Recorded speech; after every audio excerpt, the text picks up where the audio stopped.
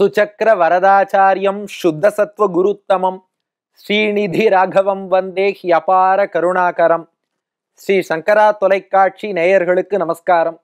ஸ்ரீ ராமபிரான் அயோத்தியை ஆட்சி செய்து வரும் சூழலிலே ஒரு நாள் யமுனை கரையில் வசிக்கக்கூடிய முனிவர்கள் சியவன முனிவர் தலைமையிலே ராமபிரானை சேவிக்க வந்தார்கள். கடந்த எபிசோட் பார்த்தோம் அல்லவா? 4 நாட்களா யாரையுமே சந்திக்கலையே, ராஜ்ய பணியெல்லாம் நிலுவையில் இருக்கிறதே, என்னவென்று பார்க்க வேண்டும். லக்ஷ்மணன்ட்ட ராமன் சொன்னான். முதல்ல யாரை சந்திக்கிறான்னா இந்த ரிஷிகளைத்தான். சியவனர் உள்ளிட்ட ரிஷிகள் வந்து ராமனிடம் சொன்னார்கள், யமுனை கரையிலே ஒரு இடத்தில் லவணாசுரன் என்று ஒரு அசுரன் இருக்கிறான். அந்த இடத்துக்கு மதுவனம் என்று பெயர். ஏன்னா இந்த லவணாசுரனுடைய தந்தைக்கு மது என்று பெயர். அந்த மதுவும் பெரிய அசுரன். அந்த மது சிவபெருமானிடம் இருந்து ஒரு சூலத்தை பெற்றான். அந்த சூலம் கையில் இருக்கும் வரை அதை ஏந்தி இருக்கும் அந்த நபரை யாராலும் கொல்லவே முடியாது என்று சிவன் வரம் தந்திருக்கிறார். இப்போ அந்த மதுவினுடைய மகன் லவணாசுரன், அவன் இப்போ தந்தையின் சூலத்தை தான் வைத்து கொண்டிருக்கிறான். படாத பாடு ரிஷிகளை எல்லாம் படுத்துகிறான். ஏன்னா யமுனை கரை என்பது பல முனிவர்கள் தவம் புரியக்கூடிய இடம். அங்கிருந்து கொண்டு அந்த லவணாசுரன் என்னும் அசுரன் பண்ணக்கூடிய அட்டூழியமாகட்டும், அந்த சூலத்தையும் ஏந்தி இருப்பதால் ஒண்ணுமே அவனை பண்ணவும் முடியல. ஏவம் பிரபாவோ லவணஹா சூலம் சைவ ததாவிதம் ஸ்ருத்வா பிரமாணம் காகுத்ஸ்தா துவம்ஹினஃப் பரமாகதிஹி. ராமா, உன்னை விட்டால் எங்களுக்கு வேறு கதி இல்லை. தத் பரித்ராத்தும் இச்சாமஹா லவணாத் பயபீடித்தான். அங்குள்ள மக்கள் அத்தனை பேருமே இவனால் துன்புறுகிறார்கள். நீதான் எப்படியாவது காக்க வேண்டும்னு எல்லா முனிவர்களும் ராமன் திருவடிகளிலே சரணாகதி செய்தார்கள். உடனே ராமன் அரசவையை கூட்டினான். தம்பிமார்களை அழைத்தான். 3 தம்பிகள், லக்ஷ்மணன், பரதன், சத்ருக்னன், மூவரும் வந்தார்கள். அப்போ ராமன் கேட்டான், அந்த லவணாசுரனை அழித்து இந்த முனிவர்களை காக்க வேண்டும், யார் போக தயார் என்று கேட்டான். பரதாழ்வான் உடனே எழுந்தானா, அடியேன் போகிறேன்னா. உடனே சத்ருகனை எழுந்தான், அண்ணா பரதன் போகவே வேண்டாம். ஏன்னா முன்பே 14 வருடங்கள் ராமர் வனவாசம்னா பரதனும் கிட்டத்தட்ட வனவாசம்தான். நந்தி கிராமத்திலே தானும் ஜடாமுடி தரித்து மரவுரி அணிந்து பரதாழ்வானும் ரொம்ப கஷ்டப்பட்டுட்டார். எங்க அண்ணா பரதன் அந்த ஒரு அசுரனை எதிர்த்து சண்டை போடுவதெல்லாம் என்னால் பொறுத்து கொள்ளவே முடியாது, அதனால் அடியேன் போகிறேன்னு பரதன் மீது உள்ள பாசத்தால் சத்ருகனன் தான் போவதாக முன்வந்தான். அப்ப ராமன் சத்ருகனனுக்கு ஒரு ஆலோசனை சொன்னான். சத்ருகனா, நல்லது, நீ போ, மதுவனத்துக்கு போ, அந்த லவணாசுரனை முடி. ஆனா அவனை அழிச்சுட்டு அப்படியே வரக்கூடாது. ஏன்னா ஏற்கனவே ஒரு பகுதியை ஆளும் ஒரு நபரை நாம் அழிக்கிறோம்னா அடுத்து நாம் அங்கே இருந்து நல்லாட்சி தர வேண்டும்னா ராமன். இது ஒரு பெரிய மேனேஜ்மெண்ட் டிப்ஸ். இந்த ஸ்லோகம் பாருங்கள். யோகி வம்சம் சமுத்பாட்ய பார்த்திவஸ்ய புனகாக்ஷயே நவித்யதே நிருபம் தத்ர நரகம் சகி கச்சதி. அதாவது குற்றம் சொல்வது உலகத்துல ரொம்ப ஈஸி. யாராவது ஒருவர் ஒரு செயல் செய்தால் இதுல இது தப்பு அது தப்பு எல்லாரும் சொல்லிடலாம். ஆனா நம்மள உட்காந்து நீ ஒரு நாள் செய்யு சொன்னா நம்மால் செய்ய முடியுமா? அடியேனே நினைச்சுப்பேன். இப்போ நம்ம சங்கரா தொலைக்காட்சியிலேயே கேமராமேன், எடிட்டர், இவங்கெல்லாம் எவ்வளவு பணி இதுக்கு பின்னாடி உட்காந்து செய்யறாங்க இல்லையா? டைரக்டர், ப்ரோக்ராமிங் ஹெட், ஒருத்தரும் இருப்பாங்க. நாம இங்கேருந்து சொல்லிடுவோம், இந்த கேமரால இந்த ஆங்கிளை இவரை இப்படி மாத்தி இருக்கலாம், நாம சொல்லிடலாம். உட்காந்து நம்ம அதை பண்ணுன்னு சொன்னா நமக்கு கேமராவை எப்படி பிடிக்கணும்னு கூட தெரியாது. அதில் அவர் எக்ஸ்பர்ட் இல்லையா? அப்ப ராமன் என்ன சொல்றான், ஒருத்தரை குத்தம் சொல்லி நீ வெளியேற்றினால் நீ இருந்து அதை விட சிறப்பா செய்யணும். இப்ப லவணாசுரன் இவர்களை துன்புறுத்தறான், அழிக்கிறியா? நீ அதன் பின் அங்கே முடிசூட்டி கொண்டு ராஜ்ய பரிபாலனம் பண்ணி மக்களை காக்கும் பொறுப்பை நீ எடுத்துக்கணும். ஒத்துக்கிறியா? மூத்தவன் நான் சொல்கிறேன், மூத்தவன் சொன்னா இளையவன் கேட்கணும்டா, பண்ணிக்கிறியான்னு கேட்டான் ராமபிரான். அப்போ சத்ருகனன் பார்த்தான், அவன் பரதனுடைய பக்தன். ராமன் சொல்வதை கேட்டால்தான் பரதன் மகிழ்வான். அதனால சத்ருகனன் கை கூப்பி, தேவரின் திருவுள்ளம் எப்படியோ அப்படியே செய்கிறேன்னா. அதனால ராமன் என்ன பண்ணா, எப்படி ராவண வதத்துக்கு முன்பு அட்வான்ஸா விபீஷணனுக்கு பட்டாபிஷேகம் செய்து வைத்தானோ அதுபோல் லவணாசுர வதத்துக்கு முன்பே இனி நீதான் மதுவனத்துக்கு ராஜான்னு சொல்லி ததாபிஷேகோ வவ்ருதே சத்ருக்னஸ்ய மகாத்மனஹ சம்பிரகர்ஷ ஹரஸ்ரீமான் ராகவஸ்ய புரஸ்யச. சத்ருக்னனுக்கு அங்கேயே ராமன் பட்டாபிஷேகம் செய்து வைத்தான். அதுலயும் பாருங்கள், ராமனுக்கு தன் நேர் அடியார்களை விட அடியாருக்கு அடியாரா இருப்பவரை ரொம்ப பிடிக்கும். அதனாலதான் ராமன் கையால லக்ஷ்மணனுக்கோ பரதனுக்கோ பட்டாபிஷேகம் நடந்ததாக வரலாறு இல்லை. சத்ருகணனுக்கு தன் கையால் அடியாருக்கு அடியாராக இருந்த சத்ருகணனுக்கு பட்டாபிஷேகம் பண்ணி வைத்தான். அதுக்கப்புறம் ராமன் சத்ருகணனிடம் ஒரு அம்பை கொடுத்தான். அந்த அம்பை வெளியில வேறு யாராலும் பார்க்க முடியாது, சத்ருகணன் கண்ணுக்கு மட்டும்தான் அந்த அம்பு தெரியும். அது என்ன அம்புனா, ராமன் சொல்கிறான், நான் நாராயணனாக பிரளய கடலிலே பள்ளி கொண்டிருந்த போது நானே உருவாக்கிய அம்பு இது, அதை உனக்கு தருகிறேன், இதை கொண்டு நீ லவணாசுரனை முடி. அடுத்து ஒரு விஷயம் சொன்னா ராமன், சத்ருகனா, சிவபெருமான் கொடுத்த வரத்துக்கும் மதிப்பளிக்கணும். அதனால அந்த சூலம் கையில் இருக்கும்போது நீ லவணாசுரனை அழிக்காதே, சூலம் இல்லாத நேரமாக பார்த்து அவனை அழித்து விடு. அடுத்து நாம் எதிரியை எதிர்த்து போர் புரிய வருகிறோம்னா அனௌன்ஸ் பண்ணிட்டெல்லாம் போகக்கூடாது, திடீர்னு போய் தாக்கணும். அதனால என்ன பண்ணு, சேனைகளை எல்லாம் இப்போதே அனுப்பிவை, அவர்கள் பாதுகாப்பாக மறைந்து தங்கி இருப்பார்கள் ரிஷிகளுக்கு மத்தியிலே. 1 மாதம் கழித்து நீ போய் சண்டை போடு என்று அதற்கும் ராமன் ஆலோசனை சொன்னான். ஏன் 1 மாசம் கழிச்சு போக சொன்னாங்கிறது இப்போது உங்களுக்கு புரியும், மேற்கொண்டு கதையை கேளுங்கள். அப்போ இந்த சேனைகள்லாம் போயிடுத்து, 1 மாதம் ஆனது. சத்ருகணன் புறப்பட்டான்.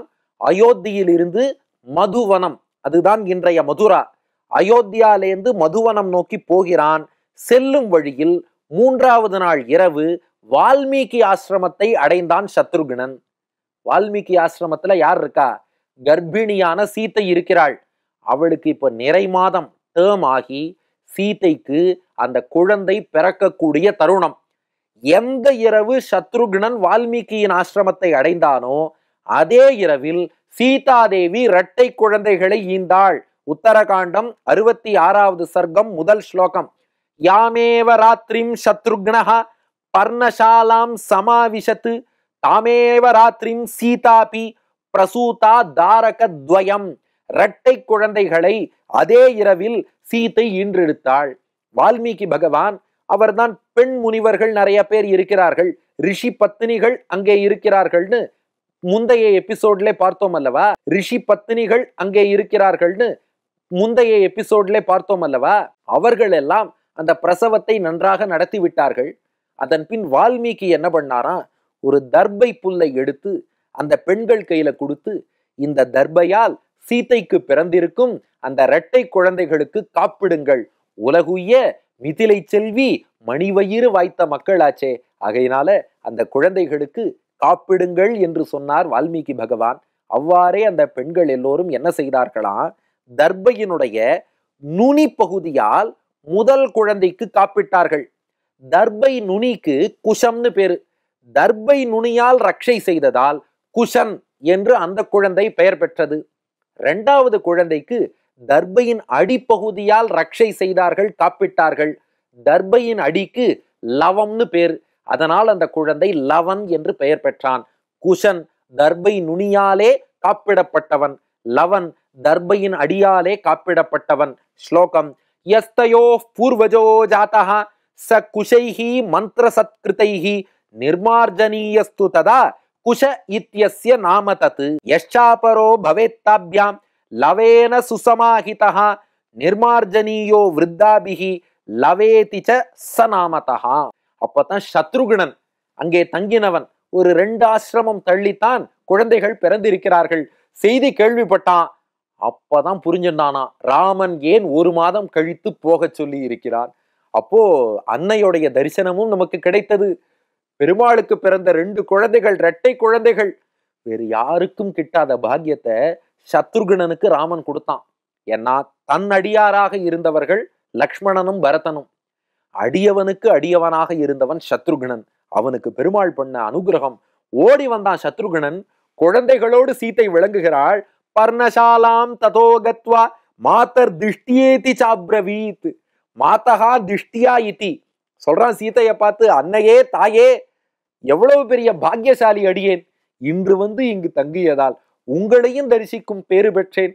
இந்த இரட்டை குழந்தைகள் குஷன் லவன் இவர்களையும் சேவிக்கும் பாக்கியம் பெற்றேனேன்னு சொல்லி சீதையை சேவித்து அவளுடைய அனுகிரகத்தை பெற்றுக்கொண்டான். அந்த விஜயலட்சுமியான சீதையின் அருள் கிடைச்சிடுத்துன்னா அதுக்கப்புறம் எதில்தான் வெற்றி கிடைக்காது. நேரா மதுவனத்துக்கு போனான். லவணாசுரனை எதிர்த்து போர் புரிய தொடங்கினான். அவன் கையில் ராமபிரான் சொன்னபடி லவணாசுரன் கையில் அந்த சூலம் இல்லாத நேரம் பார்த்து சத்ருகுணன் ராமன் அளித்த பாணத்தை எய்தான். அந்த பாணத்தை கொண்டுதான் முன்பு பகவான் ஸ்ரீமன் நாராயணன் மது கைட்டபர்கள்ங்கிற அசுரர்களை முடித்தார் என்று வால்மீகி ராமாயணமே சொல்கிறது. அதே பாணம் அந்த பிரளய கடலில் பள்ளி கொண்ட போது பகவான் சிருஷ்டித்த பாணம். அதை லவணாசுரன் மீது சத்ருகுணன் ஏவினான். உலகமே நடுங்கியது. அதை எப்படி ஏவினானா? ஆகர்ணாத்ஸ விக்ருஷ்யாத தத்தனுர் தன்வினாம்வரஹா. வில்லில் நான் ஏற்றுகிறான். அந்த வில்லினுடைய நாணை காது வரை இழுத்தான் அம்பு பூட்டி. தம்முமோச்ச மகாபாணம் லவணஸ்ய மகோரசி. லவணாசுரனுடைய பெரிய மார்பை நோக்கி அந்த பெருமை மிக்க பாணத்தை வீசினான். உரஸ்தஸ்ய விதார்யாஷு பிரவிவேஷ ரசாதலம் புனரேவகமத்தூர்ணம் இக்ஷ்வாகு குலநந்தனம். அந்த பாணம் அந்த லவணாசுரனுடைய மார்பை பிளந்து கிழித்து முதுகு வழியே ஊடுருவி கீழே ரசாதல லோகத்துக்கு போய் மீண்டும் சத்ருகணனுடைய அம்பரா துணியிலேயே வந்து மீண்டும் அமர்ந்து கொண்டது. பபாத சகசா பூமௌ வஜ்ராகத இவாச்சலஹா. இந்திரனுடைய வஜ்ராயுதத்தாலே தாக்கப்பட்டு மலைகளெல்லாம் எப்படி சாய்ந்தனவோ அது போல் ஒரு மலை சாய்வது போல் சத்ருகணனால் தாக்கப்பட்டு லவணாசுரன் சாய்ந்தான். தேவர்கள் மகிழ்ந்தார்கள். பூமழை தூவி வசந்தங்கள் வாழ்த்த தேவர்கள் எல்லாம் சத்ருகணனிடம் உனக்கு என்ன வரம் வேண்டும் என்று கேட்டார்கள். சத்ருகணன் சொன்னா, எனக்கு எந்த வரமும் வேண்டாம்.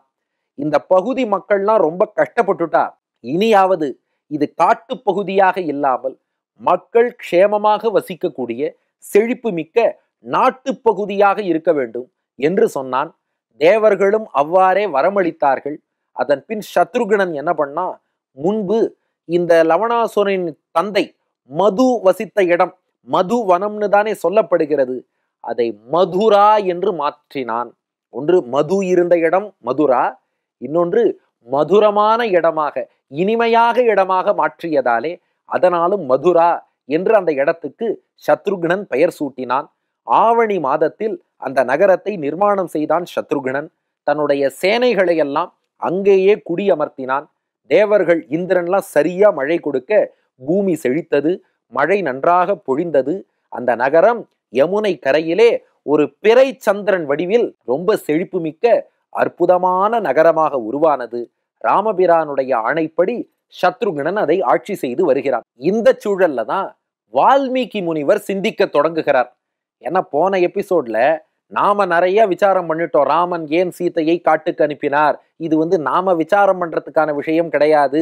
இது அவர்கள் இருவரும் நாம் எப்படி வாழ வேண்டும் என்பதை உணர்த்துவதற்காக செய்த விஷயம் எல்லாம் பார்த்துட்டோம். ஆனா அந்த காலத்துல சங்கரா டிவி கிடையாது இல்லையா? அதனால வால்மீகி பகவான் இப்போது யோசிக்க தொடங்குகிறார். ராமன் எதற்காக சீதையை காட்டில் வந்து சேர்க்க வேண்டும்? ஏன்னா இவ்வளவு நாள் சீதை கர்ப்பிணியாக இருந்தாள். அவளுக்கு தேவையான அந்த ஆதரவெல்லாம் வால்மீகி கொடுத்துட்டார். இப்ப 2 குழந்தையும் பிறந்துடுத்து.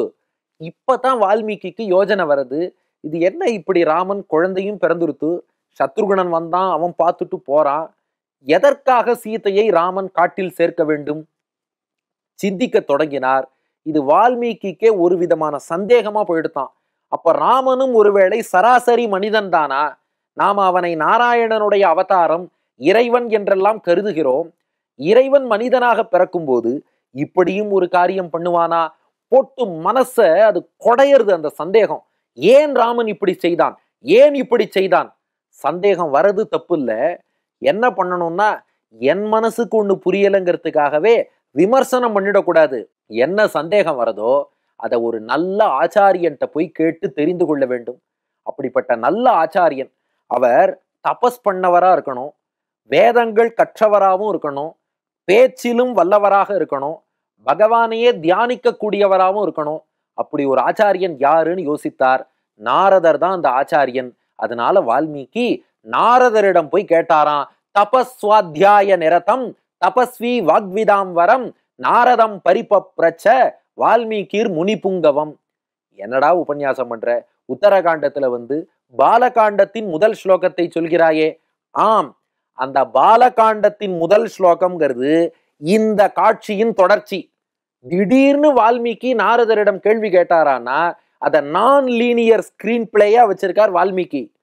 வால்மீகி நாரதர்கிட்ட அந்த கேள்வி கேட்டதன் காரணம் என்னன்னா, மனசுல போட்டு கொடைஞ்சின்னு இருக்கு. ராமன் உண்மையிலேயே அவதார புருஷன் தானா அல்லது சராசரி மனிதனா? அப்படின்னா மனைவியை காட்டுக்கு அனுப்புவானா? இது ஒன்னும் புரியலையே. அதனாலதான் அந்த ஸ்லோகத்திலேயே பாருங்கள், தபஸ்வி என்று தன்னை குறிப்பிட்டுக் கொள்கிறார் வால்மீகி பகவான். தபஸ்வாத்தியாய நிரதம், வாக்விதாம் வரம், நாரதம், முனிபுங்கவம், இதெல்லாம் நாரதருக்கான அடைமொழிகள். அதுல தபஸ்வின்னு அந்த ஸ்லோகத்துல இருக்கு பாருங்க, அது வால்மீகிக்கான அடைமொழி. எங்கேயாவது ஒருத்தர் தன்னைத்தானே தபஸ்வின்னு அவரே ஸ்லோகம் எழுதி நாம தான் உபன்யாசத்துல சொந்த கதை சொல்றோம்னா வால்மீகியே தன்னை பத்தி அப்படி எழுதிக்கலாமா? அந்த இடத்துல தபஸ்வினா தபஸ் பண்ணினவர்னு அர்த்தம் இல்ல, தபஸ்னா கஷ்டம்னு அர்த்தம். தபஸ்வி என்றால் கஷ்டப்படுபவர், உள்ளத்தாலே குமுறின்னு இருக்காராம். கூட இருக்கிற ஒரு நபர் சாக்ஷாத் நாராயணன்னு எல்லாரும் சொல்றா. அவன் மனைவியை கொண்டு என் ஆசிரமத்துல விட்டுட்டு போயிட்டான். சித்திரக்கூட்டத்திலே வனவாசத்தின் போது சித்திரக்கூட்டத்தில் வால்மீகி ஆசிரமத்துக்கே ராமன் வந்திருக்கிறான். தசரதனுக்கு வால்மீகி சிறந்த நண்பர். அந்த ராமன் இப்படி பண்ணிட்டானே. ஆனாலும் ஒரு பெரியவரை பத்தி விமர்சனம் பண்ணும்போது நேரா கேட்டுடக்கூடாது, ராமன் ஏன் இப்படி பண்ணினார் அப்படின்னு கேட்கப்படாது. அதனாலதான் நாசுக்கா வால்மீகி என்ன பண்ணார் நாரதர்கிட்ட, கோன்வஸ்மின் சாம்பிரதம் லோகே குணவான் கஷ்ட வீரியவான் தர்மஜ்ஞ கிருதஜ்ஞ சத்யவாக்கியா திருடவ்ரதா சாரித்ரேண ச கோ யுக்தா சர்வபூதேஷு கோ விஹிதா வித்வான் கஹா கஸ் சமர்த்தச்ச, ஒவ்வொன்றாக சொல்லி யார் நல்ல குணம் நிறைந்தவன், யார் உண்மையில் தர்மம் அறிந்தவன், யார் நல்லொழுக்கத்தோடு கூடியவன், யார் எதிரியிடம் கூட இரக்கம் காட்டுபவன். அப்போ இந்த நல்ல பண்புகளை எல்லாம் சொல்லி இந்த காலத்தில் இப்போது வாழ்பவர்களுக்குள் இந்த தன்மையெல்லாம் யார்கிட்ட இருக்குன்னு கேட்டார். ஏன் அது ராமன்கிட்ட இருக்குன்னு இவருக்கு தெரியாதானா? நன்னா தெரியும். ஆனா அவன் இப்படி ஒரு காரியம் பண்ணிட்டானே, அப்போ அவனிடம்தான் இருக்கிறதா? அப்போ உண்மையிலேயே அவன் பகவான் தானா? அதைத்தான் மறைத்து கேள்வி கேட்டார். அந்த உட்பொருளை நாரதர் புரிந்து கொண்டுதான் இக்ஷுவாக்கு வம்ச பிரபவோ ராமோ நாம ஜனைஸ்ருதா என்று தொடங்கி, சந்தேகமே வேண்டாம், ராமன் சாக்ஷாத் நாராயணன், சாக்ஷாத் இறைவன் சொல்லி ராமனுடைய திருவுள்ளத்தை, இதுவரை நடந்த வரலாறுகளை நீங்க சங்கரா டிவியில கிட்டத்தட்ட 1 மாதத்துக்கும் மேலாக எந்த ராமாயண காண்டங்களையும் 3 மாதத்துக்கு மேலாக எந்த சுந்தர காண்டத்தையும் கேட்டுக்கொண்டிருக்கிறீர்களோ, இதெல்லாம் ஒரு ரீகேப்பா சங்கேப ராமாயணம் என்று நாரதர் வால்மீகிக்கு எடுத்து சொன்னார். அத்தோடு பிரம்மாவும் வால்மீகிக்கு அனுகிரகம் பண்ணி இதுவரை சொல்லாத ரகசியமான விஷயங்கள் கூட உங்களுக்கு பிரகாசமாக தெரியும் என்று பிரம்மாவும் அனுகிரகம் பண்ணி ராமாயணத்தை எழுதுங்கள் என்று பிரம்மா வால்மீகியை தூண்டினார். அதை தொடர்ந்துதான் வால்மீகி ராமாயணம் எழுதத் தொடங்கினார். அப்பதான் வால்மீகிக்கு பொறி தட்டித்தான், ராமன் ஏன் சீதையை காட்டில் விட்டான். ஏன் விட்டான்னா, வால்மீகி ராமாயணம் எழுத வேண்டும் என்பதற்காகத்தான் சீதையை ராமன் காட்டில் விட்டான்னு புரிந்து கொண்டார் வால்மீகி. ஏன்னா சீதை அங்கே வந்ததால் தான் ராமன் நல்லவனான்னு இவருக்கு கேள்வி வந்தது. அந்த கேள்வி வந்ததால் தான் நாரதரிடம் கேட்டார். அவர் கேட்டதால் தான் நாரதர் சங்கேப ராமாயணம் சொன்னார். அவர் சொன்னதால் தான் பிரம்மா ராமாயணத்தை எழுத சொன்னார். அந்த நேரத்தில் சீதை 2 மகன்களை ஈன்றெடுத்ததால் தான் இந்த ராமாயணத்தை குஷன் லவனுக்கு வால்மீகி சொன்னார். இவர் சொல்லிக் கொடுத்ததால் தான் அவர்கள் இளம் வயதிலேயே ராமாயணம் பாடத் தொடங்கினார்கள். அவர்கள் இளம் வயதிலேயே ராமாயணம் கற்றுக்கொண்டதால் தான் ராமனே வியக்கும்படி செம்பவள திரள்வாய்தன் சரிதை கேட்டான்னு அவன் முன்னே பாடி இருக்கிறார்கள். வால்மீகி பார்த்தார், பின்னாடி கிருஷ்ணலீலை கிருஷ்ணலீலைங்கிறோம், இது எவ்வளவு பெரிய ராமலீலை. அப்ப இது ராமன் செய்த லீலை. சீதையை இங்கே கொண்டு வந்து விட்டு என் மனத்தில் கேள்வியையும் ஒரு சந்தேகத்தையும் உருவாக்கி தன் வரலாற்றை ஒரு காவியமாகவே எழுத வச்சிருக்கான். இதற்காக அவன் செய்த லீலை. அப்போ ஏன்னு கேள்வி கேட்டார். அப்போ கேள்வி கேட்கறது தப்பே கிடையாது. ஏன் என்ற கேள்வி இங்கு கேட்காமல் வாழ்க்கை இல்லை. வால்மீகி ஏன்னு கேள்வி கேட்டதன் விளைவு நாரதரிடம் கேட்டார். ராமாயணம் உருவாச்சு. மேற்கொண்டு வால்மீகி புரிஞ்சுண்டாராம், இதில் நாம் ஆராய்ச்சி பண்ண ஒண்ணுமே இல்லை. ஏன்னா நமக்கு புரியாத பல காரணங்களும் இருக்கலாம். இறைவனுடைய கணக்கை அறியும் ஆற்றல் மனித மனதுக்கு இல்லை. அப்ப நாம் என்ன செய்யணும்? அவன் கட்டளை புரிஞ்சு போச்சு, ராமாயணம் எழுதுவோம். நாரதர் சொன்ன அந்த வரலாற்றின்படி, பிரம்மாவினுடைய அந்த ஆணைப்படி, பிரம்மாவின் அருளாலே நாம் ராமாயணத்தை எழுதுவோம்னு ராமாயணத்தை இயற்றினார். 24,000 ஸ்லோகங்கள், 7 காண்டங்கள் கொண்ட அற்புதமான ஸ்ரீ ராமாயணம் 500 சர்க்கங்களோடு வால்மீகி பகவான் அருளினார். அதை குஷன், லவன், ராமனுடைய 2 பிள்ளைகள் அங்கேயே தானே வளர்கிறார்கள். தந்தையின் சரித்திரத்தை பாடக்கூடிய தகுதி இந்த தனையர்களுக்கே உண்டு. ஏன்னா அவர்களுக்கு நல்ல குரல் வளம் இருக்கு, தேஜஸ் இருக்கு. அவர்களுக்கு உபதேசித்தார். அவர்களும் வீணை வாசித்து நவரசங்களோடு இந்த ஸ்ரீமத் வால்மீகி ராமாயணம் என்னும் காவியத்தை அற்புதமாக பாடினார்கள். அங்கே கங்கை கரையில் வசிக்கும் ரிஷிகள் எல்லாம் இந்த அமுத வெள்ளத்தை காதால் பருகி மகிழ்ந்தார்கள். இப்ப குஷனுக்கும் லவனுக்கும் 12 வயசு ஆச்சு. இப்ப வால்மீகிக்கு அடுத்த சிந்தனை எழுந்தது. ராமன் ஏன் சீத்தையை காட்டுல விட்டான்? இவர் கேள்வி கேட்கணும், ராமாயணம் எழுதணும்னு. எழுதியாச்சு. குஷன் லவனுக்கும் உபதேசம் செஞ்சாச்சு. அப்ப இனி இந்த பிள்ளைகளையும் சீதையையும் ராமன்கிட்டயே கொண்டு போய் நாம் சேர்த்து விடலாமே. ஏன்னா எதற்காக ராமன் அனுப்பினானோ பர்பஸ் சர்வா எடுத்து இனி கொண்டு போய் சேர்த்து விடலாம். அப்போ முதல் கட்டமாக இந்த குழந்தைகளை அழைத்து கொள்வோம். எந்த தந்தையுமே இதுவரை பார்க்காத தன் குழந்தைகளை பார்க்கணும் தானே ஆசைப்படுவார். முதலில் குழந்தைகளை அழைத்து செல்வோம், அடுத்து சீதையையும் கொண்டு போய் சேர்க்கலாம்னு வால்மீகி திருவுள்ளம் கொண்டார். குஷன் லவனை அழைத்து கொண்டார். இப்போ ராமர் எங்க இருக்காருன்னா நைமிசாரண்யத்திலே எழுந்தருளி இருக்கிறார். ஒரு பெரிய அஸ்வமேத யாகம் நைமிசாரண்யத்திலே ராமன் செய்கிறான். எந்த ஒரு யாகம் பண்ணாலும் மனைவி இல்லாம கணவன் பண்ண முடியாது. மனைவி இல்லாத கணவனுக்கு வேல்யூ கிடையாது. ராமனோ மறுமணமும் செய்ய மாட்டான். சீதையும் அருகில் இல்லை. அதனால காஞ்சனீம் மம பத்னீச்ச தீக்ஷாயாம் ஞான்ஷ கர்மணி, சீதையை போல ஒரு தங்க விக்கிரகத்தை பண்ணி வைத்து அதன் அருகில் அமர்ந்து கொண்டு அஸ்வமேத யாகம் நைமிசாரண்யத்தில் ராமன் செய்கிறான். அந்த இடத்துக்கு குஷல் அவர்களை அழைத்து வந்தார் வால்மீகி. 2 பேர்ட்டையும் சொன்னாராம், இங்கே முனிவர்களுடைய இருப்பிடம், ராஜ வீதிகள், ராம சன்னிதானம், எல்லா இடத்திலும் போய் ராமாயணத்தை நீங்கள் பாடுங்கள். நான் சொல்லி கொடுத்திருக்கேன் இல்லையா, இந்த காவியத்தில் இனி எதிர்காலத்தில் வரப்போற சம்பவங்களையும் சேர்த்து எழுதியாச்சு. அதனால இந்த பூர்த்தியான காவியத்தை, ஏன்னா அவருக்கு வால்மீகிக்கு பகவான் அருளாலே முக்காலமும் தெரியும். அதனால நீங்கள் போய் பாடுங்கள். அவர்களுக்கு சில காய் கிழங்குகளை குஷல் அவர்களுக்கு வால்மீகி கொடுத்தார். இதை நீங்கள் உட்கொண்டால் பசி தாகமே இருக்காது. ஏன்னா நம்ம ரெக்கார்டிங்னு வரோம், 2 எபிசோடு பேசினாலே தாகம் வருகிறதுன்னு சொல்றோம். ஆனா பூர்த்தியா ராமாயணம் பாடும் வரை உங்களுக்கு பசி தாகமே வராதுன்னு சொல்லி சில காய் கிழங்குகளை அளித்தார். பூர்த்தியாக ராமாயணம் பாடுங்கள். இந்த ராமாயணத்தை நீங்கள் பாடுவதை அறிந்து ஒருவேளை ரிஷிகளோ ராமனோ உங்களை பாட கூப்பிட்டா தாராளமா பூர்த்தியா ஒரு நாளைக்கு 20 சர்க்கம் வீதம் அவர்களுக்கு நீங்கள் பாடி கொடுங்கள். நமக்கு பாக்கியம் பாருங்க, இந்த உத்தரகாண்டமும் கிட்டத்தட்ட ஒரு நாளைக்கு 20 சர்க்கம் வீதம் தான் அடியன் உங்களுக்கு சொல்லி கொண்டிருக்கிறேன். இது வால்மீகி பகவானே ஒரு நாளைக்கு 20 சர்க்கம் வீதம் நீங்கள் ராமனுக்கும் மற்ற ரிஷிகளுக்கும் பாடுங்கள். ஆனா ஒன்று, யாராவது பொருள் தருகிறேன் பணங்காசுக்காக ராமாயணம் பாடுன்னு கூப்பிட்டா நீங்கள் போகக்கூடாதுன்னு கட்டளை இட்டாராம். கட்டளை இட்டு விட்டு ஒருவேளை நீங்கள் ராமாயணம் பாடுறத கேட்டுட்டு ராமன் உங்களை நீங்கள் யாருடைய மகன்கள்னு கேட்டா வால்மீகியின் சிஷ்யர்கள்னு மட்டும் சொல்லுங்கோ, வேறு எதுவும் சொல்லாதீர்கள்னாராம். ஏதி பிரிச்சேத்ஸ காகுஸ்தஹா யுவாம் கஸ்யேதி தாரகஹா ஆவாம் வால்மீகி சிஷ்யௌ ஸ்வௌ ப்ரூதமேவம் நராதிபம். அதனால அது தவிர எதுவும் சொல்லாதீர்கள். அவசியம் ராமன் முன்பும் ரிஷிகள் முன்பும் ஸ்ரீராமாயணம் பாடுங்கள். 2 சிங்கக்குட்டிகளை அனுப்பி வைத்தார் வால்மீகி பகவான். ராகவ சிம்மத்தை சிங்கக்குட்டிகள் சந்தித்தனவா? அடுத்த பகுதியில் காண்போம். நன்றி, வணக்கம்.